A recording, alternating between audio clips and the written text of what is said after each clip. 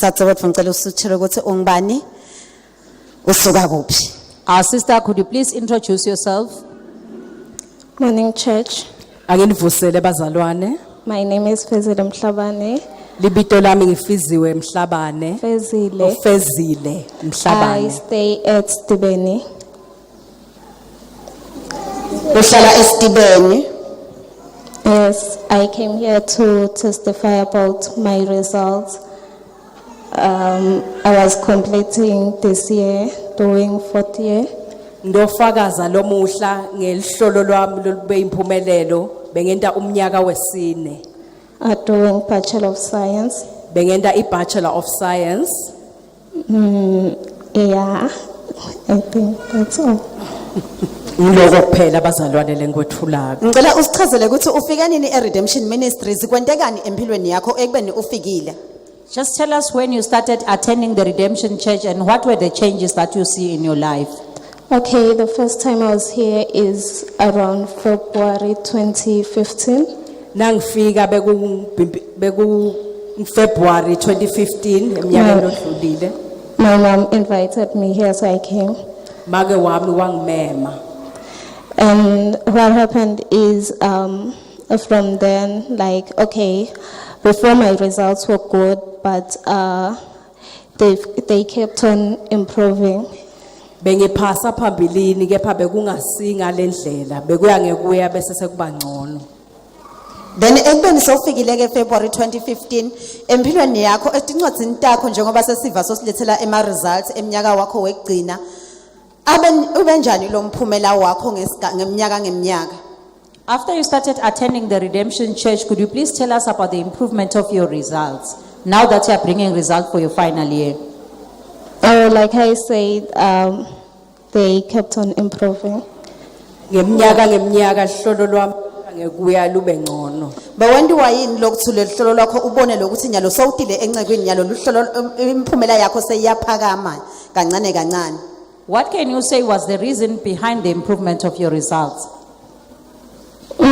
Okay, basically what happens here is, okay, where should I start? Okay.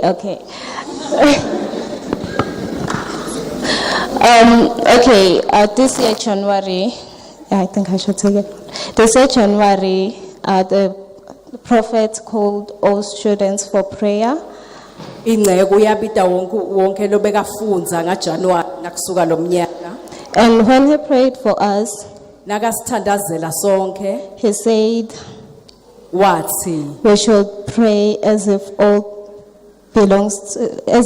depends on God. wathi sithandaze kungathi konke kusime kuNkulunkulu. And study as if all depends on us. Sidadishe kube ngathi konke kuphelele kithi. So basically, It's very important to study. Yeah, and believe in God also. Umkholwe naye simakazi. Because when you are a child of God, Ngoba na umntwana waNkulunkulu. you know gogogothi whatever war you are fighting, awuli weapon. Uyati lokulwako awulwetfana, you are not fighting alone. But to fight with God. Ulwa naNkulunkulu. So mawulwa naNkulunkulu, you are guaranteed of something good. When you fight with God, uyathola isiqiniseko ukuthi sowuvele usitakele. I think that's Ngicela usikhombise Dzadzewetfu lama results akho ukuthi naku ke sekahluke kangaka semahle kanganani. Could you please tell us about your results and tell us the grades that you got? okay. So I was measuring in maths and physics. Bengifunza mathematics ne physics. And as you can see, most of my symbols are basically A's. Inkumbi yaletifundvo tami bengithola bo A. Ngicela sishayele nje uTandla mali. Let's put our hands together for Jesus. With a couple of B's. Nabo B laba ingcosana. And then the final classification, Bese kulolu hlaka lokugcina I got a first class. ngathola First class. That's like getting a merit in Form 3, I would say. Ufana nekuthola imerit na usenhlangothini lwesithathu. And I also got a dance prize. Ngathola ne prize ya dean. So basically you get that if you were top in your faculty. Lokho ukuthola nangabe ucophe umlando ku faculty yakho. Thank you. Ngiyabonga. Bazalwane ngidawuphinze ngisho lenye indzaba labantu betibalo laba. I'll tell you another story about the mathematics people. Angeke bakhone vele ukukhuluma. They can't speak. Sibaxolele. Let us forgive them. Bathi nabafundzisa ugcina nale maths uphumela classini ngakayifi. You could barely hear what they are teaching if they are teaching. Mabafundzisa le maths babhala lapha ebhodini ugcina. They only write on the board, and that is as far as you can understand. Ngicela simxolele lo ngakamuva kahle siyethemba ukuthi ema results akhe ayadikhulumela. Let us forgive her. For those of us that didn't get her well, the results are speaking for themselves. Abatikhulumeli basimakathe bayakhulunyelwa. Those that belong to the Lord, they don't speak for themselves, but someone else does on their behalf. Sinemsiti lo nguya lo ingcwele. We have a helper, the Holy Spirit. Sathe wethu uchubeka ukhonde simakathe ubone lemiphumela lemihle kangaka. Our sister, continue worshiping the Lord and observe the goodness of the Lord along the way. Ungasesuki kuye. Never you depart from Him. Ngoba bonke nyalo sebabuke wena ekhaya nangaphandle. Everybody else is now looking at you, including your family and people outside. Nyalo soyabona bumcoka bekuhlala endlini yasimakathe. Now you can see the importance of being in the house of the Lord Nethatha uNkulunkulu ahlale enhlitweni yakho. and taking God to dwell in your heart. Nawe uhlale kuye. Same thing with you staying in God. Uyitholile imiphumela lemuhle futhi usachubekela embili.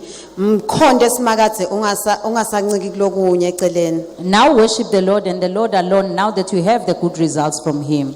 Ngicela utshelela lenye iyouth ukuthi kuba se-university kunjani ufuna uze uthole lemiphumela lemihle kangaka. Could you please share your experience with the youth in here? That's how is it to be in the university?